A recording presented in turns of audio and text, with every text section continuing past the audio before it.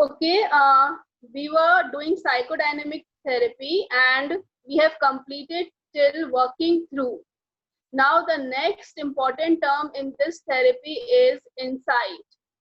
As we are familiar with this word, insight we have done in chapter number 6, class 11, learning. Insight learning is what? It is a sudden perception of the solution. Fine. So in the same manner, the outcome of working through is insight. What does it mean?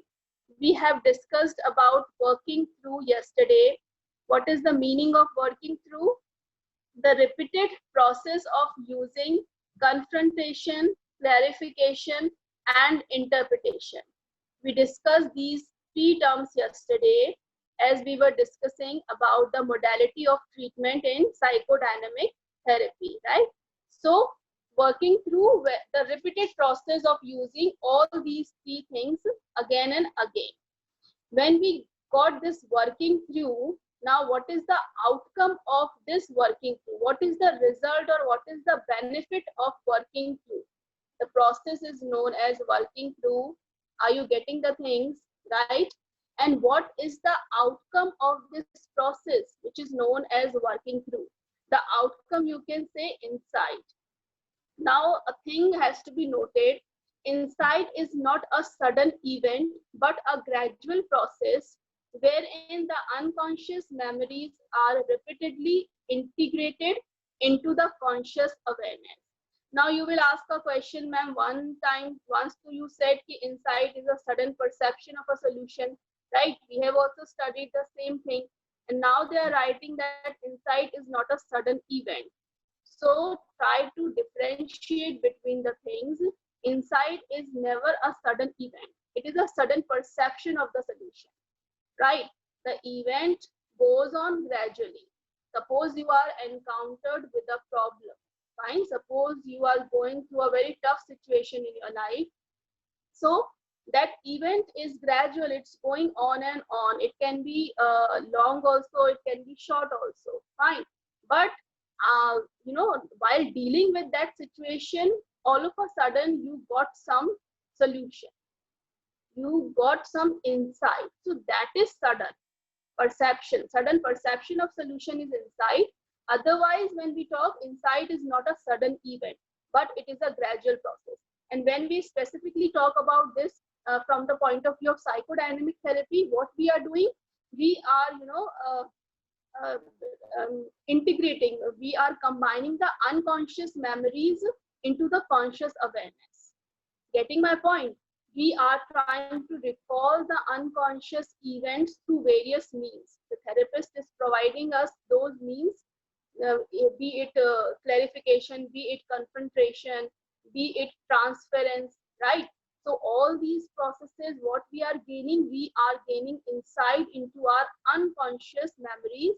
And now what we are doing, we are integrating them into conscious awareness so that we can have a proper solution, a clear solution of the disorder or the psychological distress, right? Now next feature is what of insight, that after gaining insight, two type of things are clear at two levels.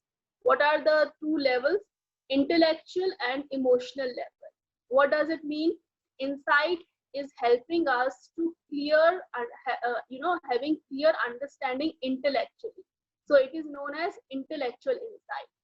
When we start gaining the understanding intellectually means when we start realizing the things, that what are the causes, what are the factors, what are the situations which are causing this distress in our life. This means we are operating on an intelligence level, and this is known as intelligence insight. Second thing which we are gaining is emotional insight. Emotional insight, that now we are clear with our emotions, right? We are clear with our feelings, that why we often feel very low, why we often having a feeling of sadness, grief. So now it is clear that what is the cause behind those emotions, behind those feelings. So this is what gaining emotional insight. Now the person is clear why are these things happening in his or her life. Fine. So you're going to explain working through, right? Then you're going to explain insight. What does it mean? And then the two terms, intellectual insight and other one is what? Emotional insight. Explain these two terms as well. Fine. So this is all about the modality of treatment in psychodynamic therapy. Now let's come upon the next point under the same therapy, duration of treatment. They are telling you about the duration. Psychoanalysis lasts for several years, as we have studied earlier also, with 1 hour session for 4 to 5 days per week. It is an intense treatment. So two characteristics are there altogether. First one, that it goes for several years. That is, it is a time consuming process. And second, it is an intense treatment. Treatment is very intense, in depth. So these two features are there with the duration of treatment. Now, another important thing, there are 3 stages in the treatment. They have told you about the duration very briefly. Now, what you have to keep in your mind, what you have to understand, the next thing is 3 stages in the treatment. As we have done the things, only we are summarizing those things into 3 stages. What is the stage number 1? It is the initial phase. Is the name of the first phase is initial. Initial, when we are starting something, a new start. The client becomes familiar with the routines, establish a therapeutic relationship with the analyst, and get some relief with the process of recollecting the superficial materials from the consciousness about the past and present troublesome events. So in this initial phase, that is stage number 1, what is happening? The client is, establishing a therapeutic alliance. As we have studied this word, therapeutic alliance formed by second. He is also establishing a good and cordial relationship with the therapist, with the analyst, anything you can use, any name. And also at the same time, very important thing, that he is getting relief. By what? How is getting the relief? Because now he got someone to discuss his problems, discuss his distress, whether that distress is related to his past or whether it is related to his present troublesome conditions. So this is a kind of relief a person gets after discussing all his troubles, all his problems with someone whom, the trust is building. The trust hasn't built yet, but yes, it is in the initial stage. Fine. So this is what about initial stage, initial phase. The second one is known as middle phase. Very simple. Second stage is known as middle phase, which is a long process. The second phase is quite long. How come? Because it is characterized by all the things we have discussed: transference, resistance, confrontation, clarification, working through on the therapist part, right? So all these things, all these processes are going on during the middle phase. That is step number 2, stage number 2. That is why it is a long process. The third one is termination phase. The last and third phase, as name is giving us idea, termination stage means wherein the relationship with the analyst is dissolved and the client prepares to leave the therapy. Termination means now it's time to end up the therapy session. Now the client has gained insight. Second stage का क्या फायदा हुआ? What is the benefit? That the client has now getting or has got the intellectual and emotional insight. The third stage is termination, where now the therapy is about to end, about to dissolve, and the client is now ready to prepare the real life situation all independently, all alone, without the help of the therapist. Fine. So this was the duration of treatment of psychodynamic therapy. I hope this therapy is clear. Now let's start the another one, very important, very interesting one, which is known as behavior therapy. Now behavior therapy, when we start, what is the basic thing which will come into your mind? That it is resolving the psychological problem or distress by identifying what? The faulty behavior and faulty thought patterns. Please keep in mind two things are there. Whenever we're going to explain, we will always write the faulty behavior. At the same time, faulty thought processes. Two things are very important and these are different to each other. Whatever you are thinking, in the same manner you are behaving. So these are very closely connected processes, behaving and thinking, right? So faulty learning and faulty thought patterns are identified in behavior therapy. Now, what is the important and characteristic feature and a new feature? The past is relevant only to the extent of understanding the origins of faulty behavior and thought patterns. The past is not activated or relived. Page number 96, first column, last 4 to 5 lines, please underline, very important feature of behavior therapy, that unlike psychodynamic therapy, here past is not activated. It is not relived, or you can say re-experienced, but we are just trying to find out the things, the causes, what happened in early years of an individual's life. For that purpose, we need to analyze the past. Uske aage, it is not at all required. So it is not activated and it is not relived. Only the past is relevant to the extent of understanding the origins of the faulty behavior and thought processes. Fine. Now, next thing, the clinical application of learning theory principle constitute behavior therapy. What we are applying here, the learning theory principles. All remember the principles, learning principles, theory principles, the conditioning, social imitation, reinforcement, all these principles are applied in behavior therapy.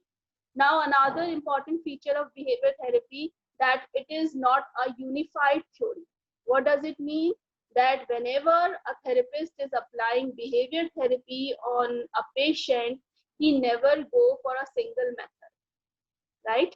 He is applying various kinds of techniques, various kind of strategies, and that is why it is said that it is not a unified theory. To explain it more, to elaborate, suppose let's take example of phobias. It is related to irrelevant behavior, right? Phobias are what? Irrelevant behavior. So whenever treatment of phobias or excessive and crippling fears are there, it will require the use of one set of technique. Fine. Another behavior could be anger outburst. This kind of behavior will be requiring another set of technique. Another example, a depressed client would be treated differently from a client who is anxious. So here we are applying different techniques for depression and a different technique for anxiety. The foundation of behavior therapy is on formulating dysfunctional or faulty behaviors, the factors which reinforce and maintain these behaviors, and devising methods by which they can be changed. So three things are there. Foundation of behavior therapy is based upon what? First of all, to identifying the faulty behavior and thought patterns. Second thing, the factors which are reinforcing these kind of faulty behavior. There are reinforced factors, yes. And fourth one is what?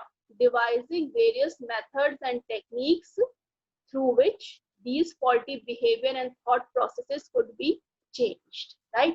So this will how you'll start with the introduction of behavior therapy. Step by step, one characteristic, second one, third one, fourth one. So these are certain characteristics. Now let us discuss method of treatment. Now what are the methods through which behavior therapy goes. How does it proceed? So behavior analysis is conducted. First of all, whenever we are applying behavior therapy, how do we start with? We start with behavior analysis. Please underline the term, page number 96, second column, method of treatment, fifth line. Behavior analysis is conducted to find three things now again. You have to remember the terms as it is. And then you can go on explaining in your own language. But yes, you have to be precise while writing. Behavior analysis consists of what? To find malfunctioning behavior. First, we are trying to find the malfunctioning behavior. Second thing, what we are trying to find, the antecedents of faulty learning. I will explain you this word by giving an example. The antecedents of faulty learning. This is the second thing. The third is what? The factors that maintain or continue faulty learning. Getting the point? Three things are there. Behavior analysis में what is happening, children?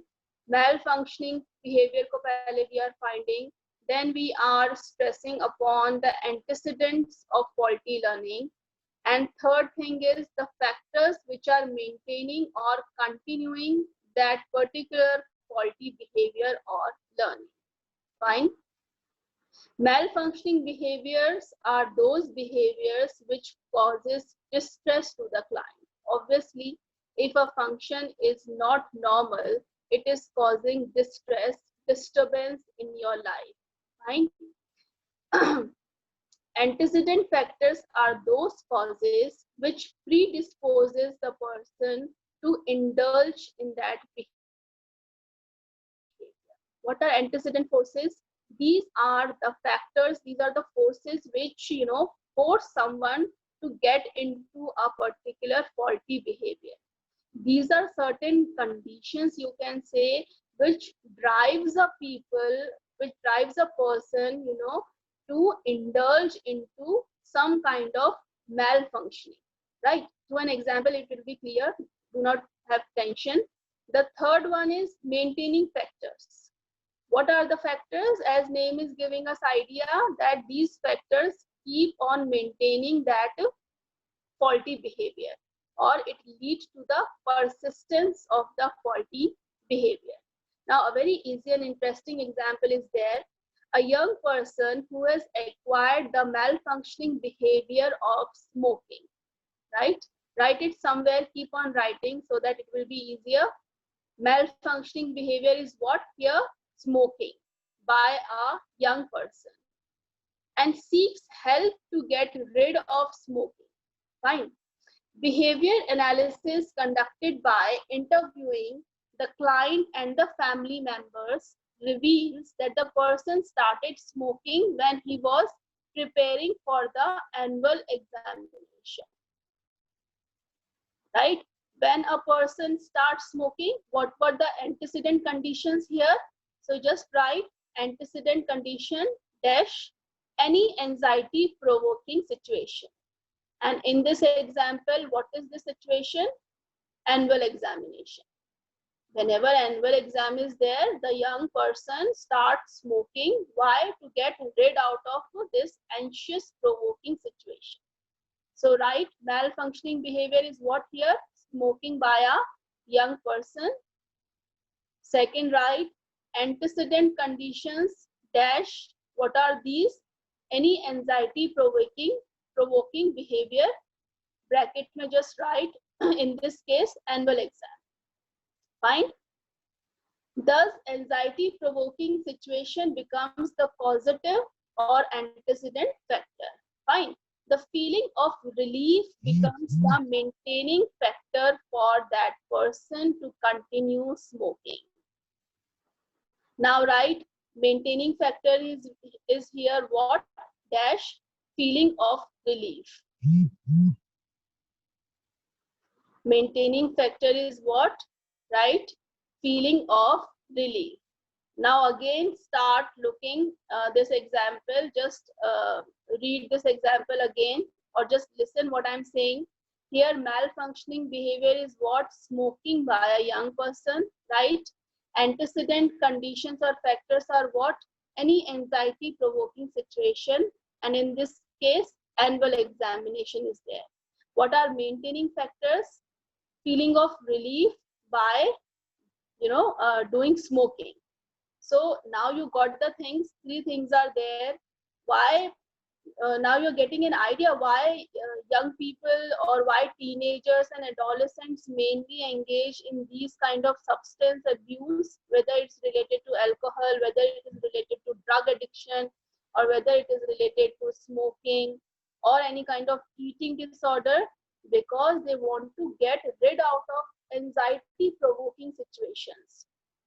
And during this particular time the amount of stress level really increases, because there is a pressure of career selection, there is a pressure from society, and there is not a clear view of yourself. You cannot see yourself clearly that where you are going or where you are still at present. So many confusion is there, loss of direction is there. So that is why this particular phase of life is considered a very conflicted and confusing stage, right? So through this example, we have explained the malfunctioning behavior, the antecedent factors, and the maintaining factors. So this is all about the behavior analysis. Now come upon the next thing. Once the faulty behaviors which cause distress have been identified, a treatment package is chosen. Obvious that we have identified a certain disorder or distress. Now what we will start doing, what will now we're going to start, we will start choosing a treatment package. Why they have termed this a treatment package? Because 2 to 3 things are there. What are those 2 things or 3 things? The aim of the treatment is to extinguish or eliminate the faulty behavior and substitute them with adaptive behavior patterns. Clear? What is the aim of this treatment package? To eliminate the faulty behavior and thought patterns and to substitute them with adaptive one, with the normal behavior patterns. Now the therapist does this through establishing antecedent operations and consequent operations. Do not confuse. Earlier we talked about the antecedent factors, right? Now we are using the term antecedent operations because this is the kind of treatment going on. So 2 type of things are there, underlined as it is given in black bold letters in your book: antecedent operations and consequent operations. Now what are they? Antecedent operations control behavior by changing something that precedes such a behavior. Getting my point?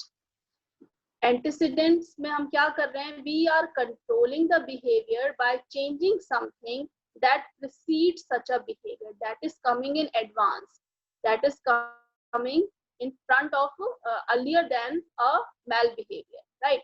And the change can be done by what technique? The change can be done by increasing or decreasing the reinforcing value of a particular consequence. There is a reinforcing value, right? And here what we are doing, either we are decreasing it or we are increasing it. This is known as consequent operations.